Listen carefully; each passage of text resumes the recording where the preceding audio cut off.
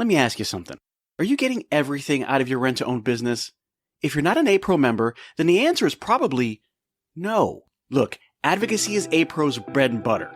This is why they were created and what they do best. But here's the thing. A-Pro membership is about way more than advocacy. A-Pro connects you to the movers and the shakers of the industry. People who've been there, done that, and they can help you do it even better. A-Pro's monthly webinars give you expert insights and actionable takeaways. It's like having a masterclass for your business every single month. Got questions about complex regulations or sticky situations? No problem. A-Pro's legal hotline gives you direct access to experts who have got the answers. That's a peace of mind that you can't put a price on. And let's not forget the resources, news, updates, and tools that keep you ahead of the curve. Scholarships for your team? Check. Disaster relief when you need it most? Double check. A-Pro is your ultimate support system in the rent-to-own world. So stop settling for less. With A-Pro, members get more. More support, more connections, and more success. Head over to rtohq.org and join the A-Pro family today. Because in this business, more isn't just better. It's essential. See you at the top with A-Pro.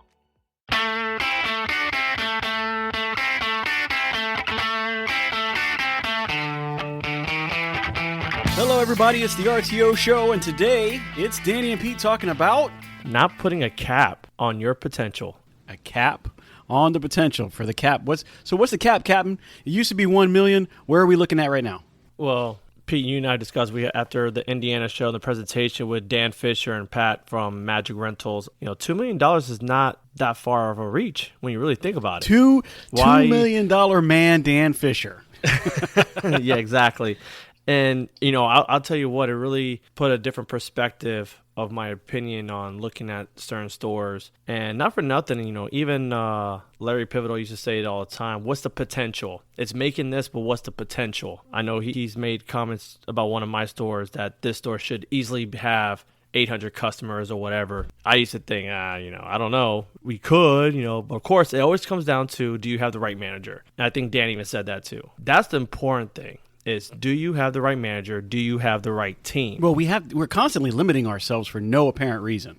There's no reason to limit ourselves. We always think, $1 million store, $1.2 million, but there's no reason why any store couldn't be more than what it is. The conversation that we had this morning, and even listening to Dan's class, him with Pat Hartman and Ray, it was just an eye opener and saying, "Oh my God, this can happen," but we have to work on the fundamentals. Number one, do you believe you can achieve it? I believe I can fly.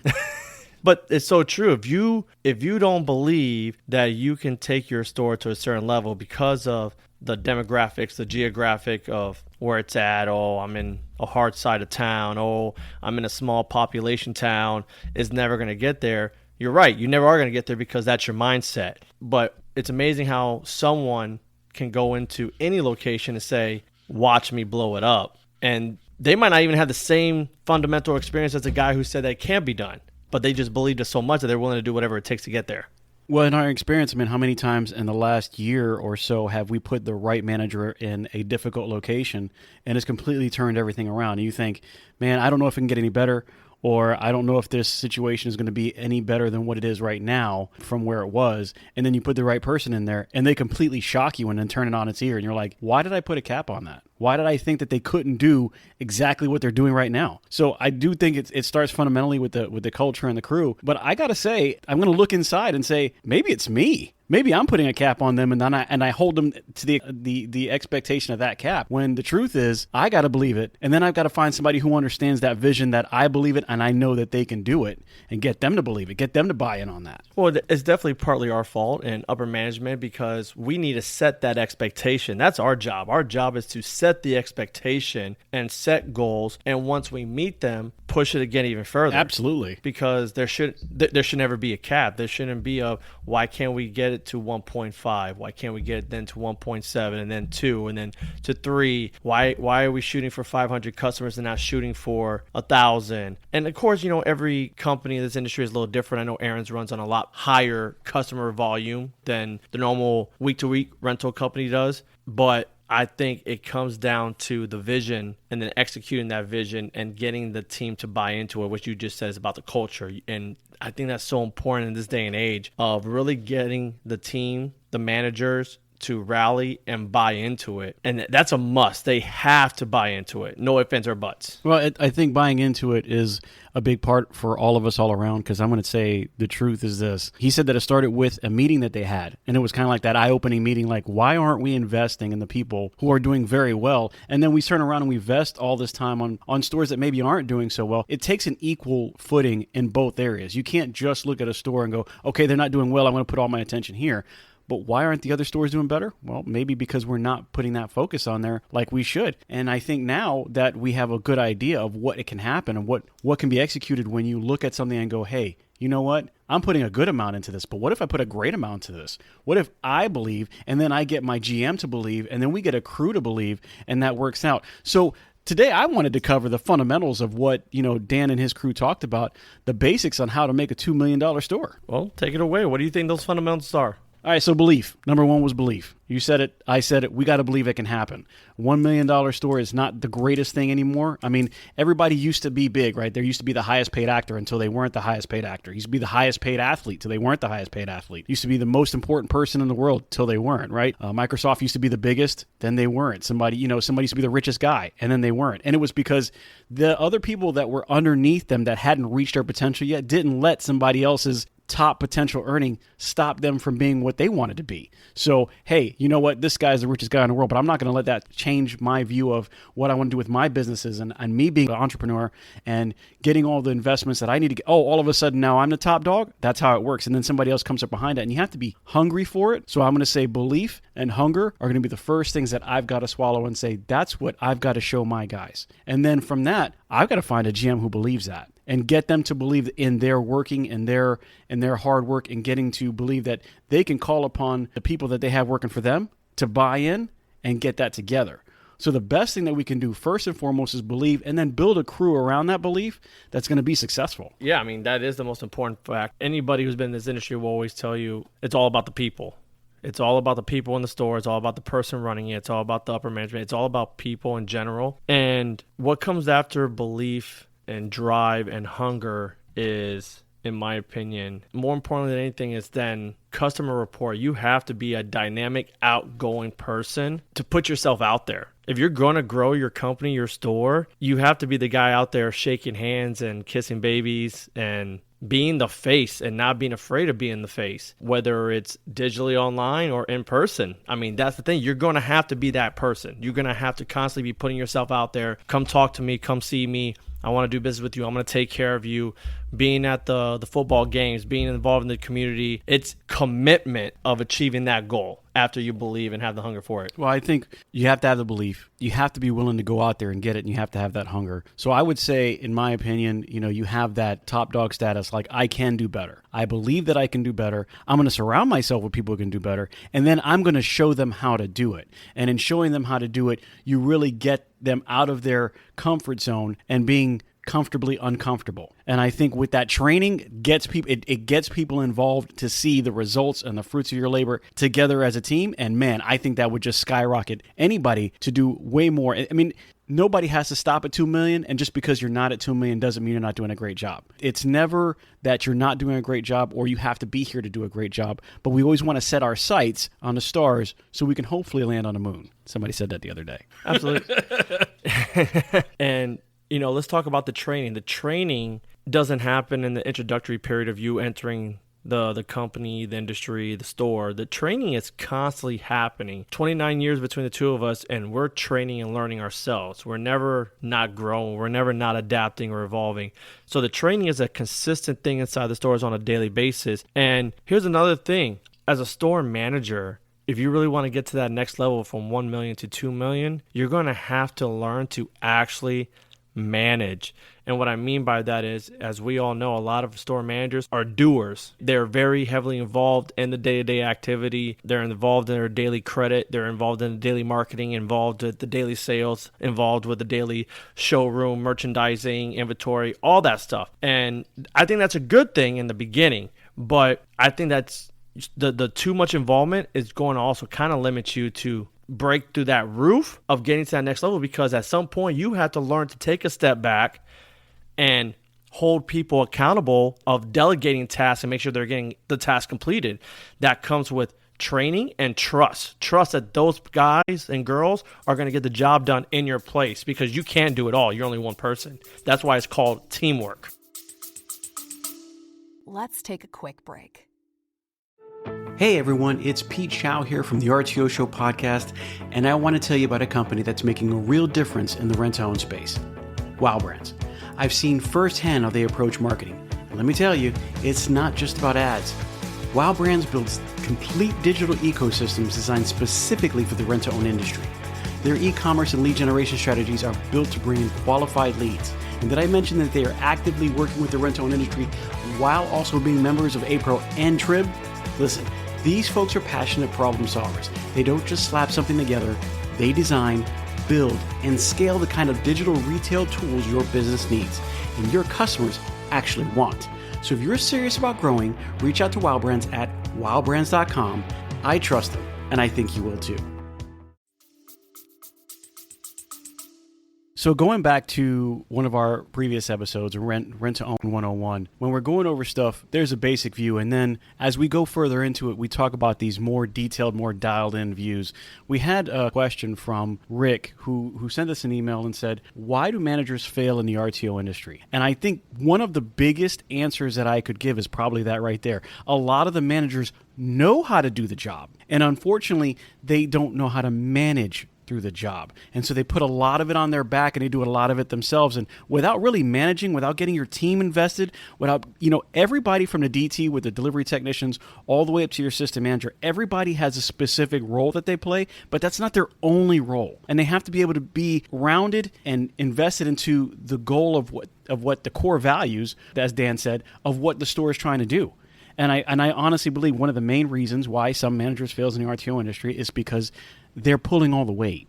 And you've got to learn to share that resolve with everybody, because one person out of 4 or 5, even 10 employees in the store, will it make a difference in the overall? Yeah, it's nice to have that key player, but a quarter pack can't win the game by themselves. It's got to be a team effort. And I think sometimes that they forget about that, So the training, the leadership, the involvement of the team, and making sure that they're not the hardest. You always want to be the hardest working guy on the block, but you don't want to be the only hardworking guy on the block. I was reading the other day from the Dale Carnegie book, How to Win Friends and Influence People. Great book.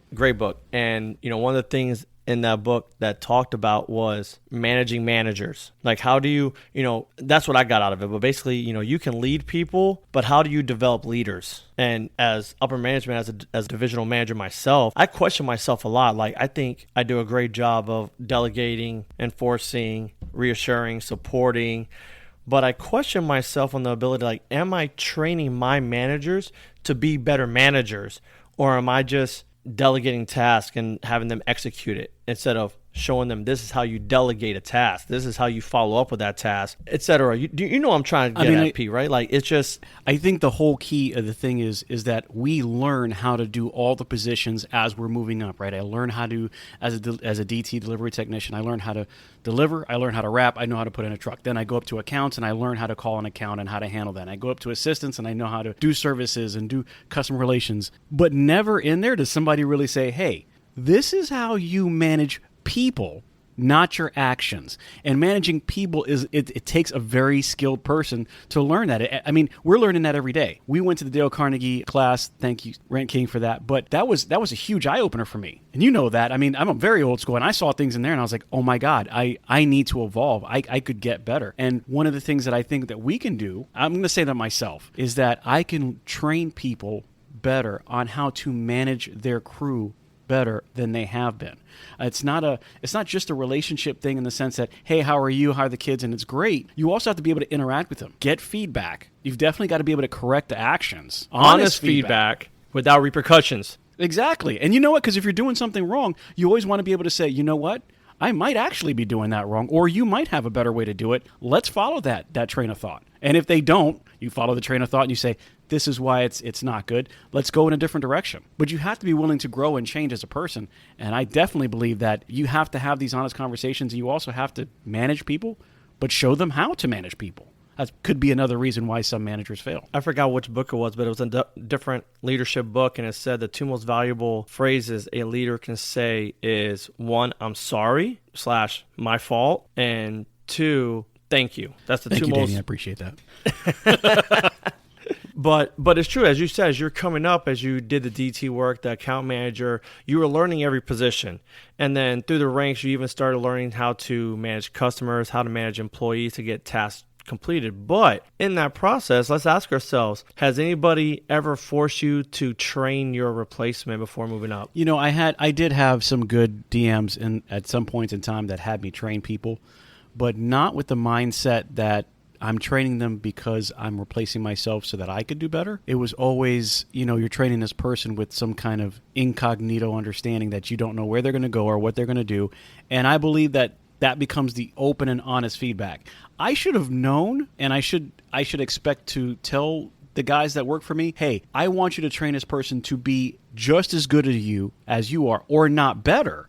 Because they're going to replace you in a positive way. Not in the sense that they're just going to replace you and then I'm going to send you out to the wayside. If you are doing better and they have the ability to take over, where can I put you to make you or help you succeed even more in your career? And we never had that conversation. And now I'm thinking, well, that's a really big thing. I should probably be having that conversation with my guys. Why wouldn't I? I should. What if we had 2 Chris Sturrs in Newport Richey or 2 Tom Lewises in Haines City? Imagine. I mean, right now, I can see it in your eyes. The light bulbs is like, oh, my God, like it'll be there in months. Exactly, because just the talent that they alone bring. Well, why aren't we working with them to develop somebody else under them to be just as good as them? Well, honest story, and if anybody knows Chris, he's a great manager. We've worked together for years and years, and he's running my Newport Richey store for Rent King. And like literally the day when I got back, I said, "Hey man, we got to talk. We're going to be a $2 million." That was the exact conversation. We're going to be a $2 million store. No ifs, ands, or buts. No ifs, ands, or buts. We sat down on the sofa, and man, I'm just telling him, this is what we're going to do, and this is how we're going to do it. And I said, and you know how we are. Put it out there into the existence. 2023, we're going to be a $2 million store. And I'm telling you guys, hold me accountable. Please send me an email, call me in the next year and say, hey, are they there? And I'm going to tell you the truth. If we're not there, we're going to be darn close to it, because that's how I feel. That's how much I believe in it. And then, taking out of what Dan and Pat and everybody said, just believe it. Believe it. And I think that belief goes a long way, because, we're actually, a little bit of story. We're sitting in the front row right before we have our time to have us speaking, right? And we're sitting right in front of Dan and Pat and Ray, and they're just giving this there, and we're like, oh my God, how are we going to follow up the $2 million crew? I mean, Dan, the $2 million man, is sitting there telling us how to make some really, really good money, and we're up next. So I felt a little intimidated. It was really nice to be up there and close to these guys and have them listen to how it is. They put a great PowerPoint together, and we're constantly talking about it, because I'm going to tell you guys what, the $1 million crew, the $1 million cap that we have put on ourselves in this industry, it's gone. We can do better. And I don't even think it's a $2 million cap. I think it's just watch me go. No cap. And I mean that in not just the new generational terminology. I'm not telling a lie. I mean no cap, no lid of exposure, no lid of the potential, because you don't know what the potential, and this, I'm gonna veer off a little bit. This goes towards life in general. People put a cap on their own capabilities and on their own destinies, because for numerous reasons, a lot of times is excuses and obstacles that they're afraid to overcome. And the number one obstacle is because it's never been done before. And Pete, we were just talking about this earlier today. I mean, there was a time where nobody flew an airplane, but yet these 2 brothers, the Wright brothers, built this huge aircraft, and people thought they were crazy. I believe it's generally because they had that name, the right name. The right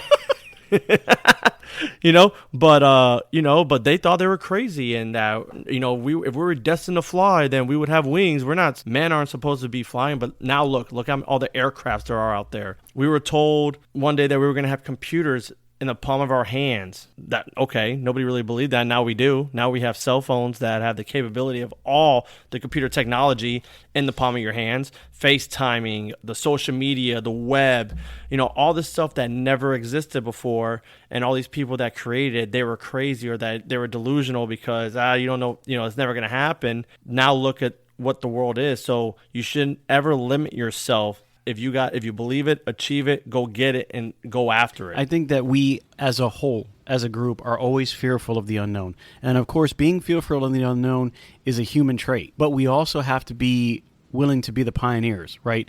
So at one point in time, the world was flat. And nobody wanted to disbelieve that except for a couple of guys who said, that's impossible. And they're like, you're going to sail right off the edge. You're never going to come back. You're never going to see your family again. Don't do it. Just don't do it. And they set out amongst the fear and the unknown, knowing that somewhere deep down in their heart, they were going to be successful. They were going to show everybody how different their view of the world is. And I believe that there are those pioneers out there that once you get it into your system, you get it in your head, an idea, that inception is never going to change. You're going to be that person. You're going to feel that way. And until you get it out of your system, it'll never change. So we encourage everybody here to be a $2 million store and do what they have to do to make that happen. And being a pioneer in anything is always fearful, but I can tell you that at the end of that ride, it is an amazing journey that you would never trade for anything in the world. Being on this podcast is something that I would never trade for anything in the world. I enjoy what I do. I enjoy being a DM. Some people don't understand the vision until you're happy as anything can be because you've overcome the unknowable. The unknowable of not knowing if you can make a $2 million store, if you have the right crew. Again, sometimes you got to change out the crew. Sometimes you got to move people around. One of the things that Dan had said with his guys is that they used the working genius, and the working genius was a way to figure out what are your strong points? What do you do well and what does somebody else not do well? And can we marry those together and make it work? How do we create that dynamic assistant and GM in a store? Well, that's one of the ways they do it. Correct. And it's, the working genius is is an aptitude test. It's a personality test because, again, we're dealing with people and you almost have to separate the personal and business because, personality wise, you might not mesh well, but the business wise, it makes sense. You might have someone that's a very structured, crossing T's, dotting the I's, and then you have an unconventional manager that wakes up and they have a plan in their head, but they don't have to map it out on a paper. And we're just going to shoot from the hip. And I'm an executioner. You have a planner, you have an executioner, and then it's a great partnership. You're not going to agree on everything, but it works. That's us, Pete. You know what I'm saying? You're a guy that you want to see all the facts first. Let's look at this. Let's put it on paper. Let's try to map it out. Let's draw it forward. And I'm already firing. I got the guns out, and I'm just pew, pew, pew. Where am I at? Do I need to aim higher, left, or right? And you're like, bro, we didn't even go over the manual yet. But so you pull me back, and I'm slinging you forward. You pull me back, I'm pushing you forward, and that's how we, help each other out.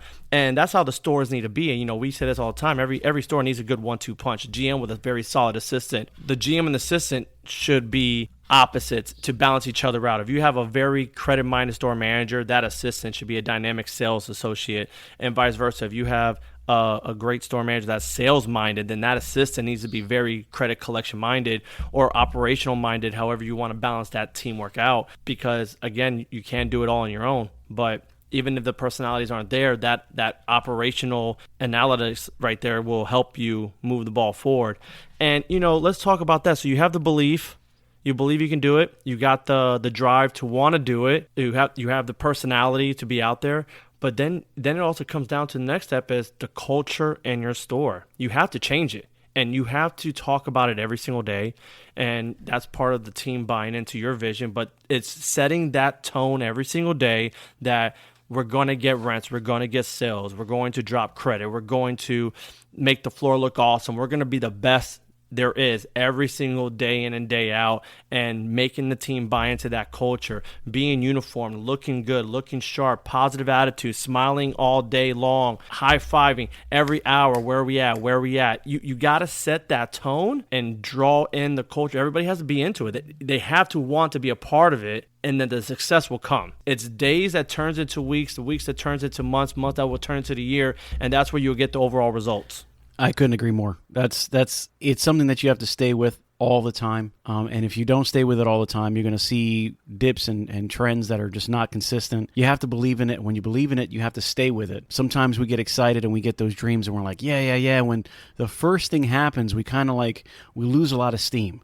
And we're like, oh man, maybe it's not you can't lose that belief. You've got to believe it to the core. And just like the sun is going to, rise in the east and set in the west, just like every so often you're going to have a full moon, you have to believe that it's just a stepping stone. This is just a speed bump. Life is going to give me, it's going to throw everything it can at me. But I'm going to learn what I can from this situation. So, you have the belief, you have the culture, you have the training, you have the ability to use the working genius to figure out who's the best on your team. And then you have to stay consistent in that culture to make it grow. So the biggest question that I have is, which store do you think is going to be there first? If you're talking about just inside of our company, Pete, you know me and you already have a bet going on between Haines City and Newport Richey. And, I think it's going to be a good race. Of course, I'm shooting for my guy. I know you're shooting for your guy, and that's what makes the friendly competition. But the real goal is to have them both there. That's the real goal. I want us to both say that next year, both stores are $2 million revenue. The competition will be who's at 2.1 and who's at 2.2, So, but that's the real goal. And then, of course, with everybody underneath, it's all goal driven. So how do we get the small stores to $1 million? How do we get the $1 million to 1.4 million? How do we get the 1.4 to 1.8? You got to go across the board, look at the stats, look at your stores, and set each one as a goal. As a division, we set a goal as well. And don't take your eyes off the prize. Every day you got to track it, every week. What are we doing to counter the losses? You're going to have bad months. It happens. We're coming out of the summer. The first real post-pandemic year, 2022, 20 and 21 was actually great for our business. Let's call a spade. And now this is our first year we're really experiencing like, oh my God, we didn't have a great summer like we did the past 2 years. Well, no kidding. But now we're experiencing, it's almost like we forgot what 2019 was like. But you can't let that fade you. You can't let that upset you to a point where you feel defeated, because it's not over yet. Well, it's not how you start the race, it's how you finish. It's how you finish. And it's over December 31st when you see how you did for the year. So there's still 4 solid months to make up any losses, to gain ground, even if now the goal has changed, because sometimes it's changed. Sometimes in January you have a goal for a high growth and you take some loss. So now the goal kind of changed. But man, let's just break even this year and we'll start again next year. That's okay. It happens, because then that will be considered a win. A lot of upper management and owners would say that, hey, we took some losses early this year. If you could just break even, we'll take that and then we'll start over again next year. So I think we got to go store by store. I think every company should do that. Set those goals and let them know it's not over yet. We still got a whole nother fourth quarter to go. We're about to wrap up the third, and we just got every single day fight with everything we got. Blood, sweat, and tears. Blood, sweat, and tears. Listen, I want everybody to know that we have been enjoying this. We are going to have a few T-shirts that are going to be available coming up soon. No time frame on that, but pretty soon, probably within the next month or two, we're going to have those available for anybody out there who wants to be a part of the RTO show. Also coming up, we're going to have a review with some people, some interviews that we're going to have going on that we want you to be a part of. We're not going to mention any names right now, but we do want you to kind of listen in, because we got some heavy hitters here that they can really explain what's going on in the industry. So keep close to that, and please send your emails and your questions and your comments to Pete or Danny at the RTOshowpodcast.com, and let us know what you're thinking. Let us know how we're doing. If you guys have any questions, please hit us up. I think we've done all we can to talk about the $2 million man, Dan Fisher, and his guys, Pat and Ray, and they had just a great showing at the A-Pro show. We kind of modeled this entire podcast after what they said. We sat there in the front row. I don't know if they remember us,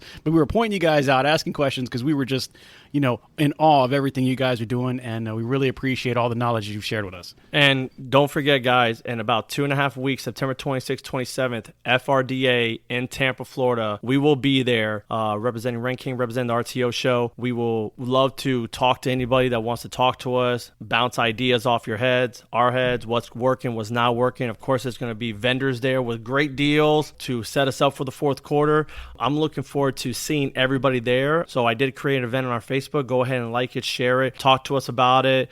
If you want to meet up beforehand or at the show, we can do that as well. And I know it's going to be a great time. It's going to be another great experience.